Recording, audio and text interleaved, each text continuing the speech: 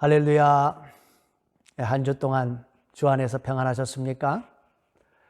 여러 가지로 참 많이 답답하시지요? 그러나 우리 주님께서 성령으로 우리와 함께 하시는 줄 믿습니다. 여러분, 사방이 막혀도 하늘문은 열려 있습니다. 우리 주님께서 여러분 도와주실 것입니다. 천지를 지으신 우리 하나님을 바라보시고 힘을 내시기 바랍니다. 오늘 함께 은혜 받으실 말씀은 마태복음 11장 27절부터 30절까지입니다. 다 같이 교독하시겠습니다. 제가 먼저 한 절을 읽겠습니다. 내 아버지께서 모든 것을 내게 주셨으니 아버지 외에는 아들을 아는 자가 없고 아들과 또 아들의 소원대로 계시를 받는 자 외에는 아버지를 아는 자가 없느니라. 수고하고 무거운 짐진 자들아 다 내게로 오라. 내가 너희를 쉬게 하리라. 나는 마음이 온유하고 겸손하니 나의 멍에를 메고 내게 배우라. 그리하면 너희 마음이 쉼을 얻으리니 이는 내 멍에는 쉽고 내 짐은 가벼움이라 하시니라. 아멘. 코로나 사태가 장기화되면서 어려운 형편에 계신 분들이 더 힘들어지는 것 같아 참 안타깝습니다. 인간의 능력으로 이 상황을 바꿀 수 없다는 것을 깨닫게 되니까 참 인간이 나약한 존재구나 하는 것을 다시 한 번 더 깊이 깨닫게 되네요. 결국 이 세상에서 우리가 누리는 이 모든 것들은 잠시 잠깐 우리 하나님 아버지께서 우리에게 허락해 주셨는데 그래서 우리가 이렇게 누릴 수 있고 만질 수도 있고 또 우리가 그것을 우리 것이라고 착각을 하면서 이렇게 살 수 있는 것이 아닌가 생각해 봅니다. 온 세상이 잠시 이렇게 멈춘 듯한 이 상황으로 인해서 지구의 환경은 조금 더 좋아지는 것 같아요. 미세먼지가 눈에 띄게 사라졌고 스모그 현상도 많이 사라져가지고 대기 오염도 많이 줄은 것 같습니다. 하지만 지구 곳곳에서 이상징후는 오히려 더 심하게 나타나고 있습니다. 대홍수와 지진과 메뚜기 떼의 출몰과 여러 가지 재앙이 곳곳에서 일어나서 엄청난 피해를 지금 입고 있지요. 지구가 몸살을 앓고 있습니다. 주님 오실 날이 조금씩 가까이 오고 있음을 알리는 신호가 아니겠는가 생각해 봅니다. 이 세상은 인간이 마음 먹은 대로 그렇게 움직이지 않아요. 아무리 노력을 해도 세상의 흐름이 바뀌어버리면 모든 게 다 바뀌어버리는 거예요. 8월 4일에 레바논 수도 베이루트에서 엄청나게 큰 폭발 사고가 발생을 했다 하는 뉴스를 봤습니다. 최소 78명이 숨지고 약 한 4,000명이 지금 부상을 당했다고 하는데 그 뉴스를 보면서 제가 문득 이런 생각을 해봤습니다. 베이루트 시민들도 우리와 똑같이 자기 가정을 지키기 위해서 열심히 일했을 것이고 젊은이들은 내일에 대한 꿈을 가지고 열심히 미래를 준비하고 있었을 텐데 갑자기 예상치 못한 사고로 인해서 저들이 얼마나 당황을 했겠는가. 그들은 아마 8월 3일까지만 해도 바로 다음 날 그런 끔찍한 사고가 일어날 것이라고 상상을 했겠습니까? 아마 3일 저녁에 편하게 잠을 잤을 거예요.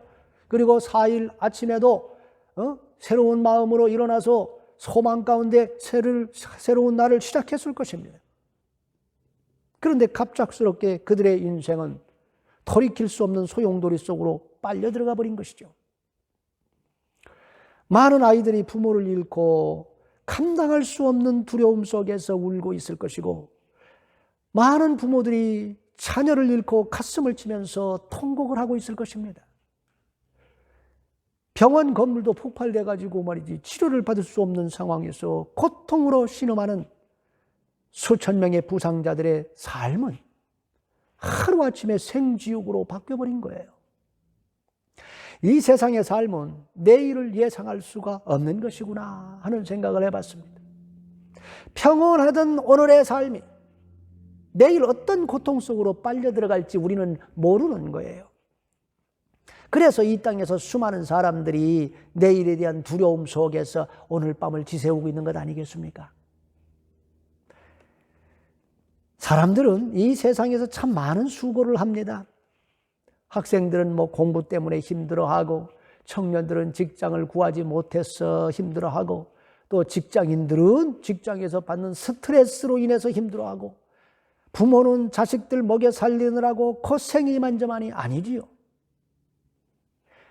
이스라엘 조상 야곱이 애굽의 바로왕 앞에서 이렇게 말하지요. 내 나이가 130세이지만 험악한 세월을 보내었나이다. 그렇게 말해요. 야곱은 이 땅에 자신의 인생을 험악한 세월이라고 규정을 해버렸어요. 이스라엘 전 역사에서 가장 위대한 하나님의 종으로 칭송을 받는 모세는 인생에 대해서 뭐라고 했을까요? 자, 우리 다 같이 시편 90편 10절 말씀 읽어보시겠습니다.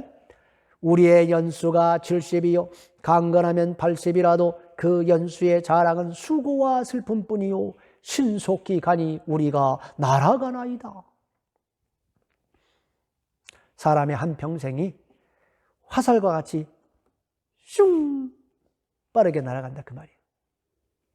오늘날 의학이 발달해가지고 이제는 100세까지 산다고 하는데 그래봐야 100년도 눈 깜짝할 사이에 지나갑니다. 그리고 이 짧은 인생에서 우리가 자랑하는 것이라고는 수고와 슬픔뿐이다. 그렇게 말해요. 가만히 생각을 해보세요. 여러분, 사람들이 무엇을 자랑합니까?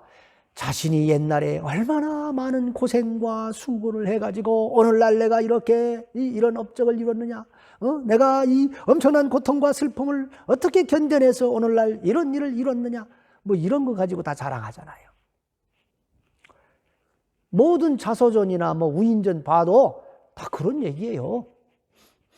결국 이 땅의 삶이 참 허무하게 보일 수 있다 그 말이에요. 젊은 나이에 왕이 돼가지고 1000명의 부인을 거느리고 한 시대를 풍미했던 솔로몬이 인생 말년에 한 말이 뭡니까? 헛되고 헛되며 헛되고 헛되니 모든 것이 헛되도다. 해 아래서 수고하는 모든 수고가 사람에게 무엇이 유익하냐? 사람이 이 땅에서 말이죠, 열심히 노력하고 고생하며 최선을 다해서 살아가지만은 그것이 자기에게 큰 무슨 유익을 주느냐? 그것도 아니다 그 말이에요. 잠시 잠깐 부귀 영화 누리게 해줄 수는 있겠지만은 그것이 우리 영혼의 만족을 가져다 주거나 우리의 존재를 본질적으로 더 가치 있게 만들어 주지는 못한다 그 말입니다. 결국 이 세상에서 원하는 것을 다 가져보고 다 누려본 솔로몬이 궁극적으로 깨달은 바는 이 모든 것들이 다 허무하다는 거예요. 인간의 욕망이 끝이 없고 채울 수 없는 바다와 같아서 이거 아무리 취하고 빼앗고 손에 넣어봐도 그 욕망이 채워지지 않으니 여전히 영혼의 갈증은 해소되지 못하고 참 만족과 평강과 기쁨을 이 세상의 것을 통해서는 도저히 얻을 수가 없더라 그 말입니다. 그래서 솔로몬이 부귀영화를 꿈꾸면서 쾌락을 즐기기를 원하는 이 땅의 모든 사람들에게 이런 충고를 했습니다. 자, 다 같이 전도서 12장 1, 2절 말씀 읽어보시겠습니다. 너는 청년의 때에 너의 창조주를 기억하라. 곧 곤고한 날이 이르기 전 나는 아무 낙이 없다고 할 해들이 가깝기 전에 해와 빛과 달과 별들이 어둡기 전에 비 위에 구름이 다시 일어나기 전에 그리하라. 이 세상의 것으로는 결코 영혼의 만족을 얻을 수 없고 영생을 얻을 수가 없어서 모든 것이 헛되다 하는 것을 깨닫게 될 뿐이니 더 늦기 전에 너의 주인님이 누구신지를 기억하라는 거예요. 창조의 주인 되시는 분이 누구십니까? 바로 우리 주 예수 그리스도인 줄 믿으시기 바랍니다. 자, 오늘 말씀 27절 다 같이 읽어보시겠습니다. 내 아버지께서 모든 것을 내게 주셨으니 아버지 외에는 아들을 아는 자가 없고 아들과 또 아들의 소원대로 계시를 받는 자 외에는 아버지를 아는 자가 없느니라. 할렐루야. 성자 예수 그리스도의 아버지는 성부 하나님이시지요. 근데 여기서 아들이라고 하는 말을 인간적인 개념으로 이해하시면 큰일 납니다. 여호와 증인이 예수님이 하나님의 아들이라 하는 이 말씀을 인간적인 개념으로 이해를 해가지고 이단이 된 거예요. 성자 예수 그리스도와 성부 하나님은 본질상 동일한 분이시고 능력에 있어서 전혀 차이가 없으신 분이십니다. 그렇다면 여기서 말하는 이 아들이라는 말의 의미는 뭘까요? 그것은 아버지의 품에서 나온 자라는 뜻입니다. 이것을 가장 잘 표현할 수 있는 이 세상의 단어가 뭐냐면 아들이라는 단어예요. 그래서 그 단어를 쓰는 것뿐입니다. 그렇지만은 인간적인 아버지와 아들의 관계를 말하는 것은 아니다 하는 거예요. 성부와 성자와 성령은 서로가 서로 안에 계시는 그런 존재 양식을 취하시기 때문에 마치 한 분처럼 생각하시고 운행하시고 역사하신다고 말씀드렸습니다. 이와 같은 존재 방식을 취하시는 분은 성삼위 하나님 한 분밖에 없기 때문에 우리가 유일하신 하나님을 믿는다 해서 기독교의 신론이 단신론도 아니고 또 삼신론도 아니고 유일신론이라고 설명을 드렸습니다. 그러니까 성부와 성자가 서로 안에 이렇게 계심으로 한 분처럼 같이 존재하기 때문에 예수님께서 아버지 외에는 아들을 아는 자가 없고 아들 외에는 아버지를 아는 자가 없다. 그렇게 말씀한 것입니다. 그런데 여기 12절에서 예수님께서는 예수님 외에도 하나님 아버지를 알 수 있는 자가 또 있다고 말씀하고 계시죠? 누구라고 말씀하십니까? 아들의 소원대로 계시를 받은 자. 그도 아버지를 알 수 있다고 말씀하고 있습니다. 하나님 아버지께서 이제 천지를 창조하시고 인간 역사를 시작하시기 훨씬 이전에 이 땅에 존재할 모든 인간들 중에서 구원하시기로 작정한 영혼들이 있습니다. 예수님께서는 그 영혼들을 하루속히 구원을 해가지고 하나님의 나라에서 함께 살기를 간절히 원하고 계세요. 그것이 우리 예수님의 소원입니다. 그래서 예수님의 이 소원을 잘 아시는 성령님께서 그 구원받기로 작정된 영혼들에게 계시를 해주십니다. 구원의 계시를 주시는 거예요. 어떻게 주십니까? 전도자들을 붙여가지고 보내서 예수 그리스도가 바로 구원자시다 하는 것을 듣게 해주시고 또 그 마음에 감동을 시켜가지고 그게 믿어지게 해주시고 그의 마음을 열어서 주님을 영접하도록 역사를 해주신다 그 말이에요. 양자의 영이신 성령께서 그의 마음에 혹 들어가셔서 하나님을 향해서 아빠, 아버지요 이렇게 부를 수 있는 특권을 주시는 것입니다.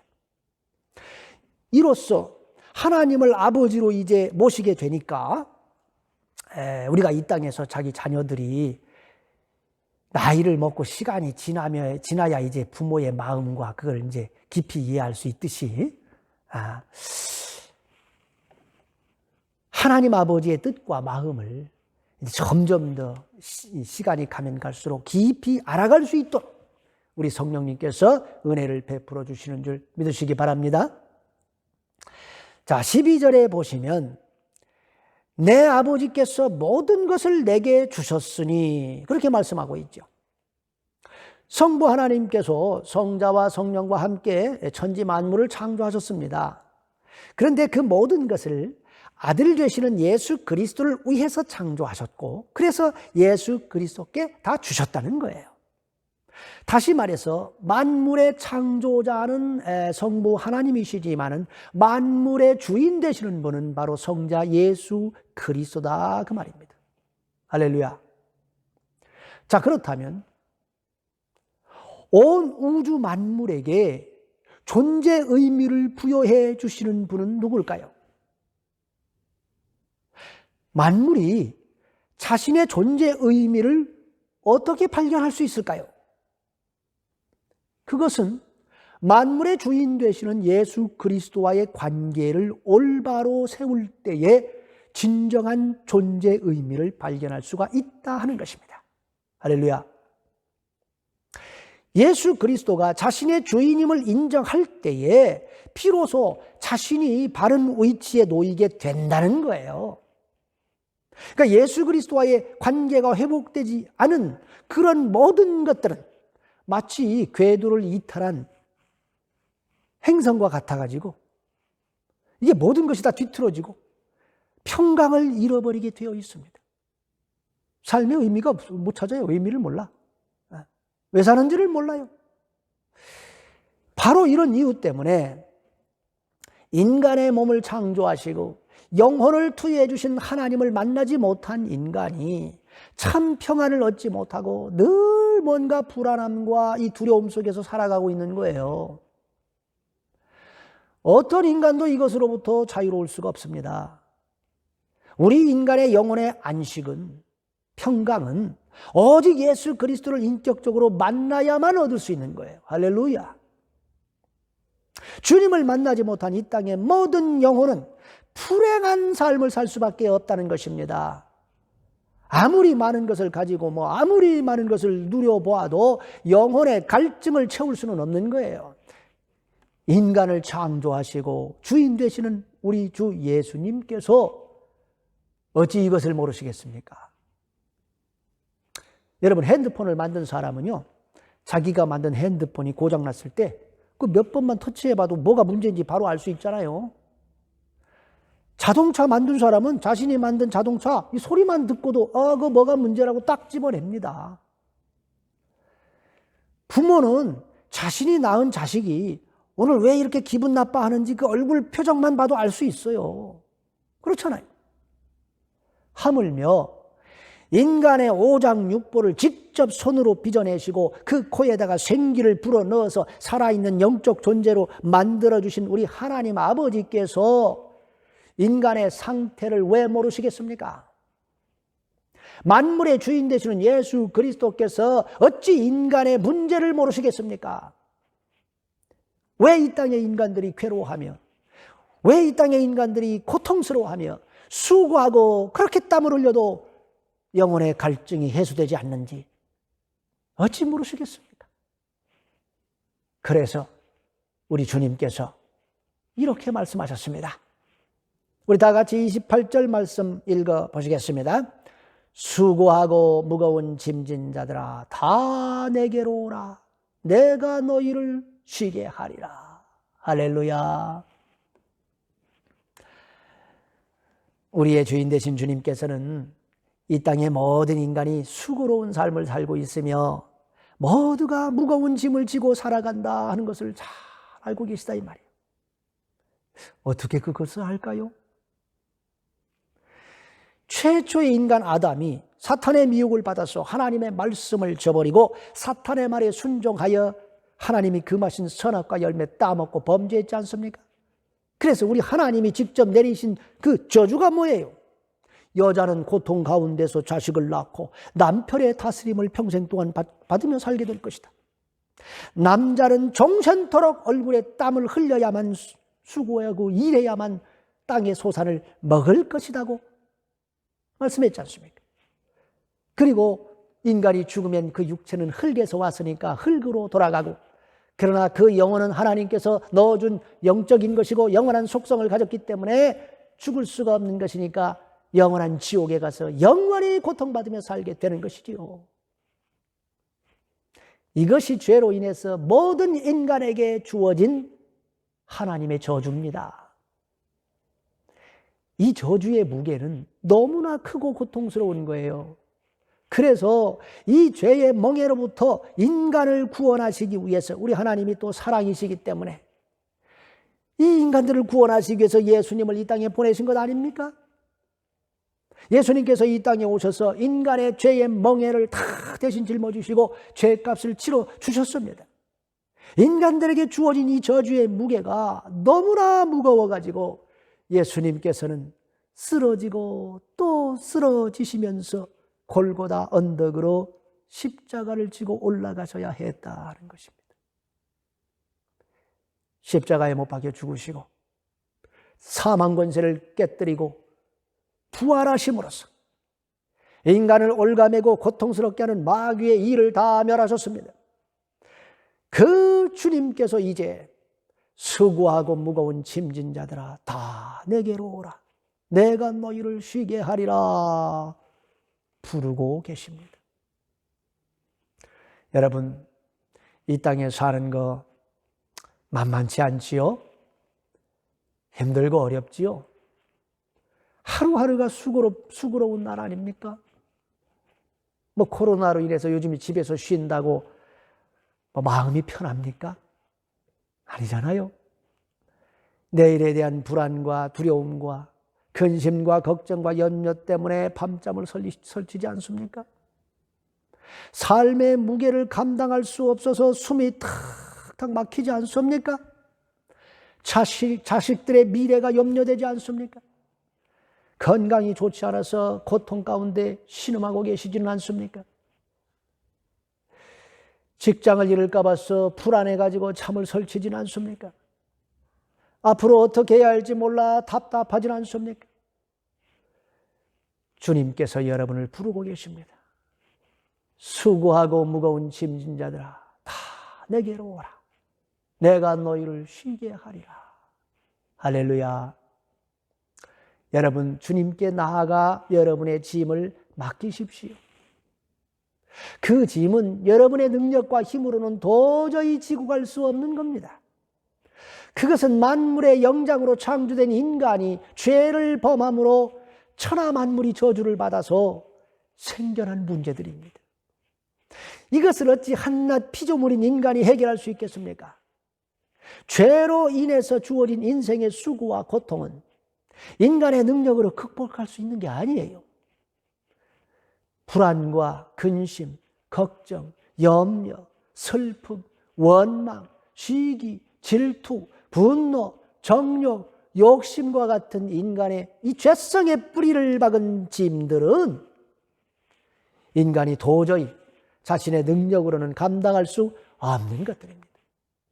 이런 것들은 인간이 자신의 힘으로 극복하려고 하면 할수록 오히려 더 인간을 더 짓눌러 와가지고 결국은 주저앉아서 포기하게 만들 뿐입니다. 그냥 주님께 맡기셔야 합니다. 우리 주님께서는 우리의 짐을 대신 져주시는 분이심을 믿으시기 바랍니다. 다 같이 시편 68편 19절 말씀 읽어보시겠습니다.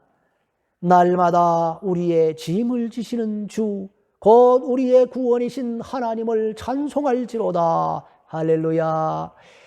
주님께서는 날마다 우리의 짐을 져주십니다. 우리가 죄의 짐으로 인해서 쓰러지고 넘어질 때마다 다가오셔서 우리의 짐을 대신 져주심으로 우리가 다시 일어설 수 있도록 해주십니다. 주님께서는 매일 우리가 생명력 있는 삶을 살도록 도와주시는 아주 좋으신 분이심을 믿으시기 바랍니다.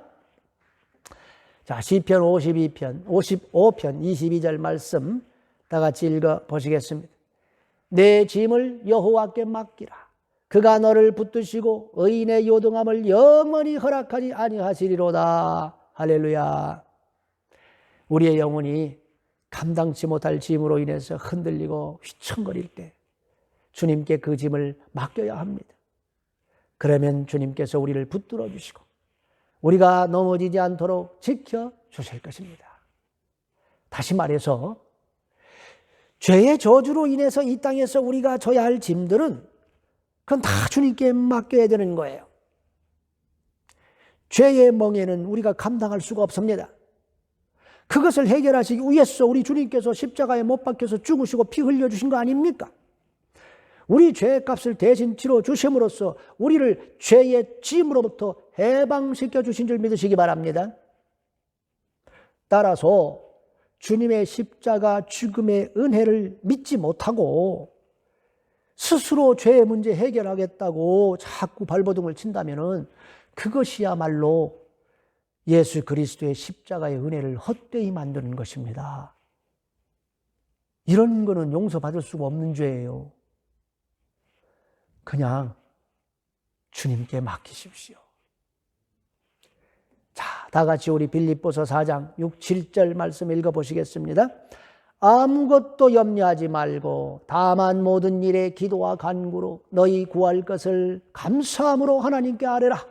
그리하면 모든 지각에 뛰어난 하나님의 평강이 그리스도 예수 안에서 너희 마음과 생각을 지키시리라. 할렐루야.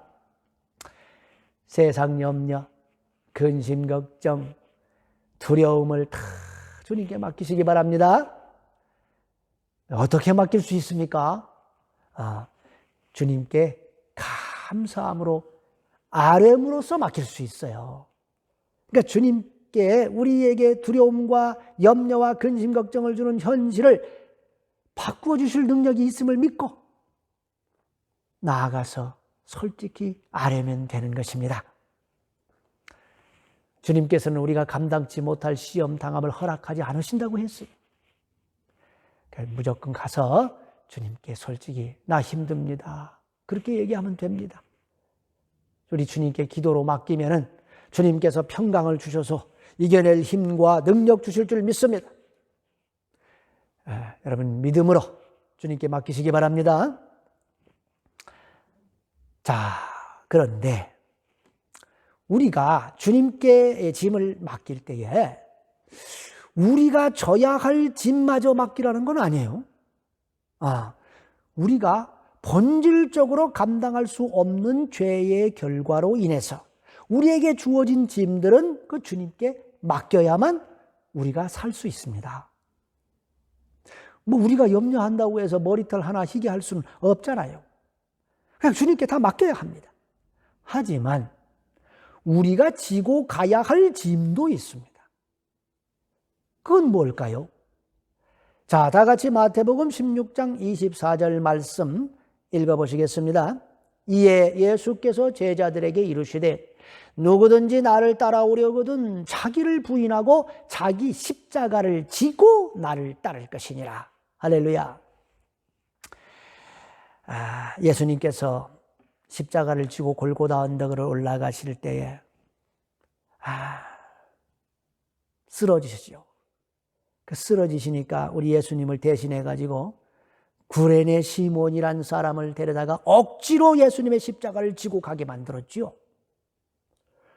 왜 시몬에게 예수님의 십자가를 지고 가라고 했을까요? 우리가 주님을 믿어서 하나님의 자녀가 되면 또 주님의 제자가 되면은 우리도 예수님의 십자가를 지고 가야 할 때가 있다 하는 것을 보여주신 거예요. 우리가 져야 할 십자가는 주님께 떠맡겨서는 안 되고 우리가 직접 지고 가야 한다는 것입니다. 이 땅에 살면서 우리 모두는 각자에게 주어진 십자가들이 있어요. 부모로서 져야 할 십자가가 있고 자식으로서 져야 할 십자가가 있지요. 학생으로서 져야 할 십자가가 있고 직장인으로서 져야 할 십자가가 있습니다. 남편으로서 져야 할 십자가가 있고 아내로서 져야 할 십자가가 있습니다. 우리 성질대로 막 우리 감정대로 행동해가지고 하나님의 영광을 가리지 않기 위해서 우리가 참고 인내하고 사랑으로 품어주고 용서해 줌으로써 하나님의 영광을 드러내기 위해서 우리가 감당해야 할 십자가가 있다 그 말이에요. 또 주님의 몸인 교회를 위해서 우리가 함께 져야 할 짐도 있습니다. 자, 갈라디아서 6장 2절 말씀 다 같이 읽어보시겠습니다. 너희가 짐을 서로 지라 그리하여 그리스도의 법을 성취하라. 우리를 향하신 주님의 뜻을 함께 이루기 위해서 그리스도 안에서 한 형제 자매가 됐으니 서로 짐을 나눠지라는 것입니다. 교회를 핍박하고 그리스도인들을 핍박하는 사회적 분위기로 인해서 고통을 겪게 되거든 그 짐을 함께 나눠짐으로써 형제 자매들이 쓰러지지 않도록 서로 도와주라고 지금 말씀하는 거예요. 서로의 아픔을 돌아보고 함께 고통을 나누라는 것입니다. 주님께서는 세상이 주님을 미워한 것처럼 우리가 주님의 제자가 되면 세상이 우리도 미워할 것이라고 말씀하셨습니다. 결론적으로 우리가 주님께 맡겨야 할 짐이 있고 우리가 스스로 지고 가야 할 짐이 있다 하는 것입니다. 죄로 인해서 인간에게 주어진 고통은 우리의 힘으로는 해결할 수가 없는 것이니 주님께 맡겨야 되는 거예요. 하지만 우리가 주님의 제자가 되었기 때문에 져야 하는 십자가는 마땅히 우리가 지고 가야 한다는 것입니다. 그 십자가가 때로는 너무나 버겁고 감당하기가 힘들 수 있습니다. 구레네 시몬이 억지로 지고 갔듯이 십자가를 자기가 원해서 지는 사람은 없어요. 세상 풍파로 인해서 어쩔 수 없이, 사탄의 시험으로 인해서 어쩔 수 없이, 또는 성령의 인도로 인해 어쩔 수 없이 십자가를 져야 하는 상황이 된다 그 말입니다. 그때는 기꺼이 기쁜 마음으로 지고 가야 합니다. 그런데 그 십자가가 너무너무 무거우면 어떻게 할까요? 뭐라고 그랬어요 주님이? 수고하고 무거운 자들아 내게로 오라. 주님께 가야지요. 그러면 쉼을 얻을 수 있다지 않습니까? 자, 주님은 어떻게 우리에게 쉼을 주실까요? 다 같이 29절 30절 말씀 읽어보시겠습니다. 나는 마음이 온유하고 겸손하니 나의 멍에를 메고 내게 배우라. 그리하면 너희 마음이 쉼을 얻으리니 이는 내 멍에는 쉽고 내 짐은 가벼움이라 하시니라. 우리가 그리스도인으로서 하나님의 자녀로서 예수님의 제자로서 이 땅에서 감당해야 될 십자가가 너무 무겁고 힘들면은 주님께 나가야 합니다. 그러면 우리 주님께서 내 짐이 그렇게 무겁냐? 이리 와서 나한테 한 수 배워라. 여기 와서 내가 지고 갔던 나의 멍에 좀 한번 매볼래? 자, 어떠니? 그렇게 말씀하시는 거예요. 여러분, 주님이 지신 십자가, 우리의 죄의 멍에가 어떤 것이었습니까? 멸시와 침뱉음, 모욕, 손가락질, 따귀, 채찍으로 인해서 온몸이 찢겨짐, 발가벗겨지는 수치, 십자가의 고통, 조롱과 비웃음, 창으로 찔림, 제자들의 배신, 그토록 좋다고 따라다니던 무리들의 떠남, 철저한 외로움, 무덤 속의 캄캄한 어둠, 사망의 입에 삼킨 바 되는 고통이었습니다. 예수님이 지고 가신 죄의 멍에를 우리가 잠시 져보는 순간 우리가 무엇을 느끼겠습니까? 오, 예수님 어떻게 이렇게 끔찍한 멍에를 지고 가실 수가 있었습니까? 그때 우리 예수님이 뭐라고 말씀하십니까? 아니야. 나는 이 멍에를 쉽게, 이 짐을 가볍게 지고 갔단다. 아니 어떻게 그게 가능한 일입니까? 그게 무슨 말씀입니까?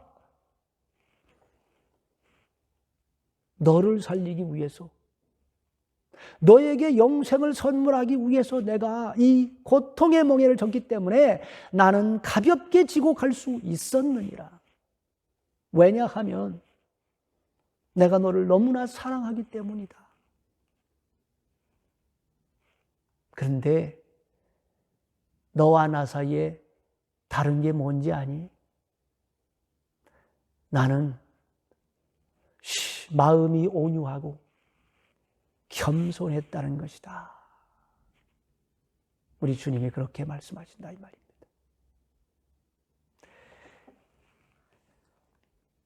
사랑하는 성도 여러분, 힘들고 어렵습니까? 고통스러우십니까? 주님께 나아가 주님의 멍에와 여러분이 지금 감당하고 있는 멍에를 비교해 보시기 바랍니다. 그러면 여러분이 그토록 힘들다고 여겼던 그 십자가, 감당하기가 어려워서 극단적인 생각까지 했던 여러분의 삶의 무게가 너무나 가볍다는 것을 깨닫게 될 것입니다. 여러분 모두 예수 그리스도 안에서 참 평안과 위로와 쉼을 얻으시기를 주님의 이름으로 축원합니다. 우리 다 같이 기도하시겠습니다. 우리의 죄의 멍에로부터 우리를 구원하시기 위해, 우리에게 생명을 주시기 위해 십자가의 고통을 기꺼이 참으신 주님께 감사드립니다. 이 땅에 사는 것이 때론 버겁고 힘들고 불안하고 두려울 때가 있습니다. 하지만 이제 우리는 이 모든 세상 염려와 두려움을 주님께 맡깁니다. 또한 우리가 마땅히 져야 할 십자가가 버거울 때마다 주님의 십자가 고통을 생각하여 위로받고 새롭게 일어서게 하여 주시옵소서. 지금 우리는 어려운 때를 보내고 있습니다. 하지만 이 모든 것이 아버지 하나님의 섭리 가운데 이루어지는 일인 줄 믿습니다. 우리의 모든 형편과 마음을 아시는 주 예수님께 날마다 나아가 감사함으로 아뢰일 때 모든 것을 합력하여 선을 이루어 주실 줄 믿습니다. 우리를 붙들어 주시옵소서. 세상이 줄 수 없는 평강으로 인도하여 주시옵소서. 예수 그리스도의 이름으로 기도합니다. 아멘.